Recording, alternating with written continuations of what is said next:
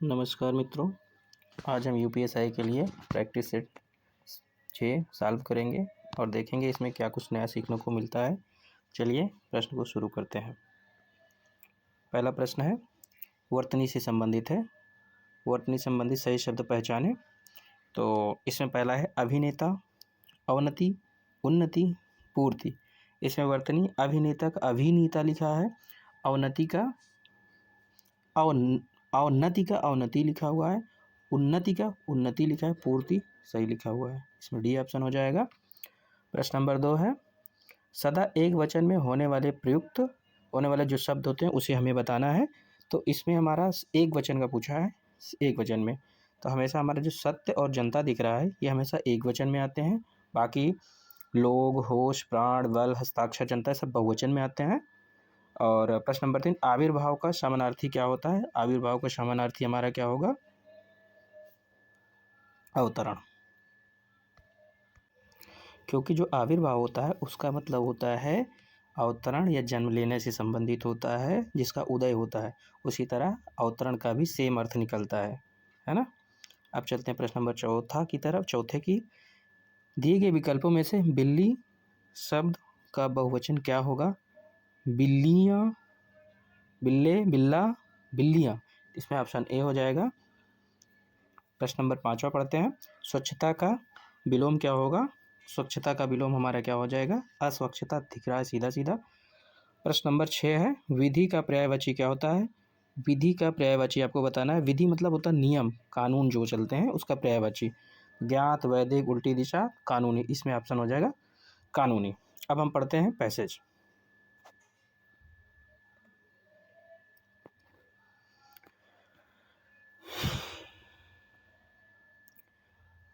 हरे पौधे में होने वाली प्रकाश संश्लेषण की क्रिया पौधों एवं अन्य जीवित प्राणियों के लिए एक बहुत ही महत्वपूर्ण क्रिया है। इस क्रिया में पौधे सूर्य की प्रकाशीय ऊर्जा को रासायनिक ऊर्जा में परिवर्तित कर देते हैं तथा CO2, पानी जैसे साधारण पदार्थों से जटिल कार्बन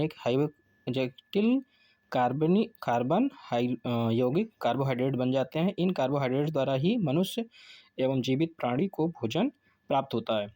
इस प्रकार पौधे प्रकाश संश्लेषण की क्रिया द्वारा संपूर्ण प्राणी जगत के लिए भोजन व्यवस्था करते हैं। कार्बोहाइड्रेट्स, प्रोटीन एवं विटामिन आदि को प्राप्त करने के लिए विभिन्न फसलें उगाई जाती हैं। इन सब पदार्थों का निर्माण प्रकाश संश्लेषण के द्वारा ही होता है। रबड़, प्लास्टिक, तेल, सेल्यूलोज एवं अन्य कई औषधियाँ भी पौधों के प्रकाश संश्लेषण की क्रिया में उत्पन्न होती हैं। हरे वृक्ष प्रकाश संश्लेषण क्रिया में कार्बन डाइऑक्साइड को लेते हैं और ऑक्सीजन को निकालते हैं। इस प्रकार वातावरण को शुद्ध करते हैं। ऑक्सीजन सभी जंतुओं को सांस लेने में अति आवश्यक है। पर्यावरण के संरक्षण के लिए भी इस क्रिया का बहुत महत्व है। मत्स्य पालन के लिए भी प्रकाश संश्लेषण बहुत महत्व है। जब प्रकाश संश्लेषण क्रिया धीमी हो जाती है तो जल में कार्बन डाइऑक्साइड की मात्रा बढ़ जाती है। इसका 5 cc प्रति लीटर से अधिक होना मत्स्य पालन हेतु हानिकारक है। अब इससे हम रिलेटेड प्रश्न करेंगे।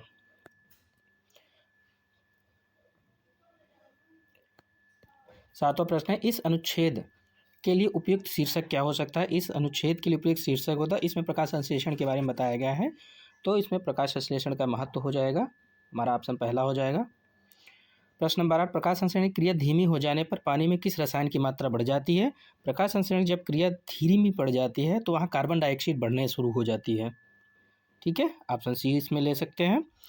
और प्रकाश संश्लेषण किसके लिए महत्वपूर्ण है? औषधियों की तैयारी के लिए, प्राणी जगत की भोजन व्यवस्था के लिए, मछलियों के पालन के लिए, उपर्युक्त सभी। तो इसमें हम ऑप्शन कौन सा लेंगे? इसमें सबके लिए आवश्यक है प्रकाश संश्लेषण क्रिया। प्रकाश संश्लेषण क्रिया कहाँ होती है? प्रकाश संश्लेषण क्रिया हमारा कहाँ होती है?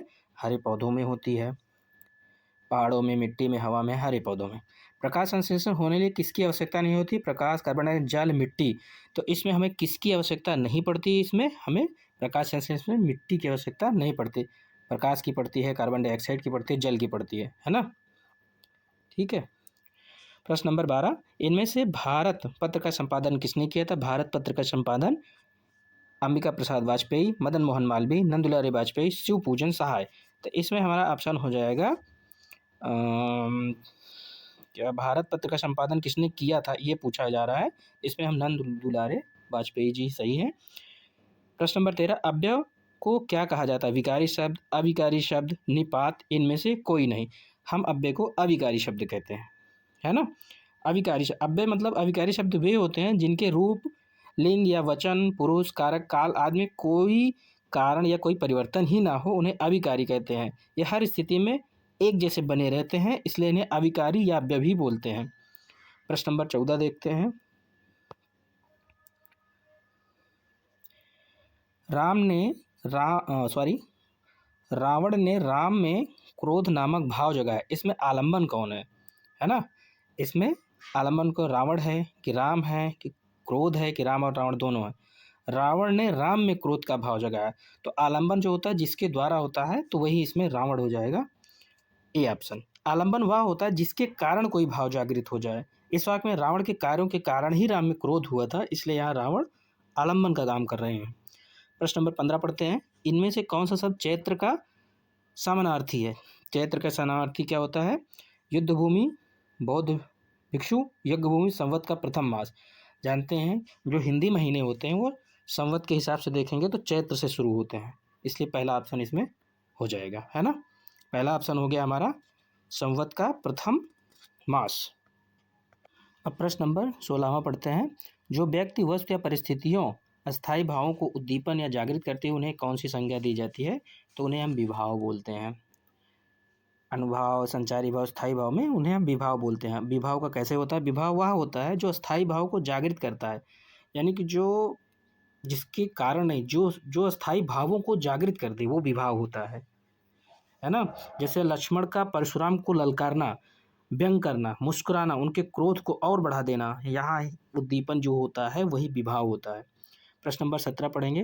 प्रादेशिक शब्द में कौन सा प्रत्यय है? प्रत्यय हमेशा आप जानते ही हैं लास्ट में जुड़ता है, तो प्रादेशिक में हमारा क्या आ गया? इक प्रत्यय लिख रहा है। इक, ना तो प्रा है, ना तो का है, ना तो देशिक, इक प्रत्यय इसमें जुड़ रहा है। मूल शब्द इसमें प्रदेश है, इसमें इक प्रत्यय जब जुड़ेगा तो एक नया शब्द बना देगा प्रादेशिक। प्रश्न नंबर 18वां। इनमें से कौन सी भाषा भारतीय संविधान की 8वीं अनुसूची में शामिल नहीं है? मणिपुरी, भोजपुरी, मराठी, संथाली। इसमें कौन सी? इसमें जानते हैं अभी भोजपुरी को भारतीय संविधान की 8वीं अनुसूची में शामिल नहीं किया गया। मणिपुरी, संथाली, मराठी सभी शामिल हैं। प्रश्न नंबर 19वां हम देखेंगे। 9 रस हैं, इस वाक्य में 9 किस प्रकार का विशेषण है? 9 का आप कौन सा करेंगे? गुणवाचक, सार्वनामिक, परिणामवाचक, संख्यावाचक। तो 9 क्या है ये आप खुद ही देख रहे हैं, ना तो गुण है, ना तो परिणाम है, ना ये संख्यावाचक है। तितली उपन्यास के लेखक कौन है? तितली उपन्यास के लेखक हमारे जयशंकर प्रसाद जी हैं। इनमें से कौन सी भाषा द्रविड़ भाषा नहीं है? मलयालम, मौलवी, कुई, कन्नड़। इसमें से कौन सी कौन सी द्रविड़ भाषा नहीं? मालवी भाषा नहीं है, क्योंकि ये द्रविड़ भाषा नहीं है। द्रविड़ ये नहीं बल्कि भारत आर्य भाषा परिवार का हिस्सा है।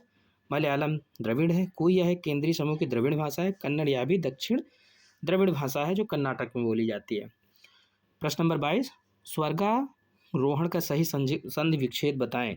स्वर्गारोहण आप बताएंगे। स्वर्गारोहण का इसका होता है स्वर्ग धन आरोहण, स्वर्गारोहण, स्वर्गा धनरोहण, स्वधन गारोहण। ये ऑप्शन डी आ जाएगा इसमें, क्योंकि इसमें कौन सी संधि है आप बताएंगे? इसमें हमारा दीर्घ से आ और आ बड़ा आ मिलके बड़ा आ बना दे रहे हैं। स्वर्ग में आ और आरोहण का बड़ा आ बना दे रहे हैं, तो इसमें हमारा दीर्घ संधि हो जाएगा। प्रश्न नंबर 23 पढ़ते हैं। कंठ महाप्राण घोष व्यंजन का कौन सा उदाहरण है? ख, क, ह, अंग। इसमें आपको बताना है कौन सा है। तो इसमें हमारा हा जो है यही है, कंठ भी है महाप्राण भी है, घोष भी है। अल्पप्राण आपको बताए ही थे, 1,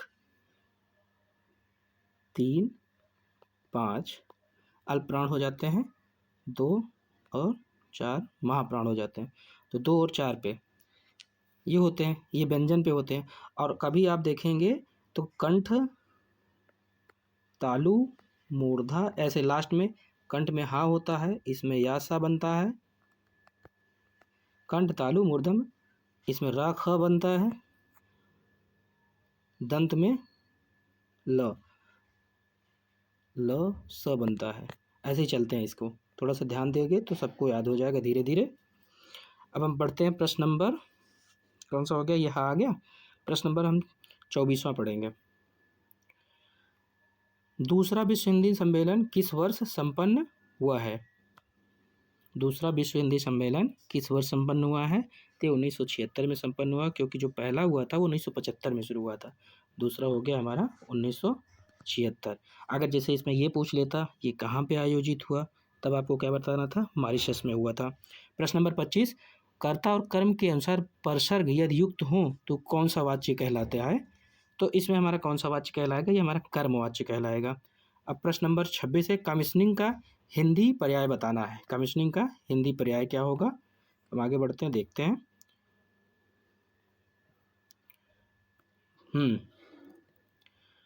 घूस लेना, चालू करना, प्रशंसा करना, वचनबद्ध होना।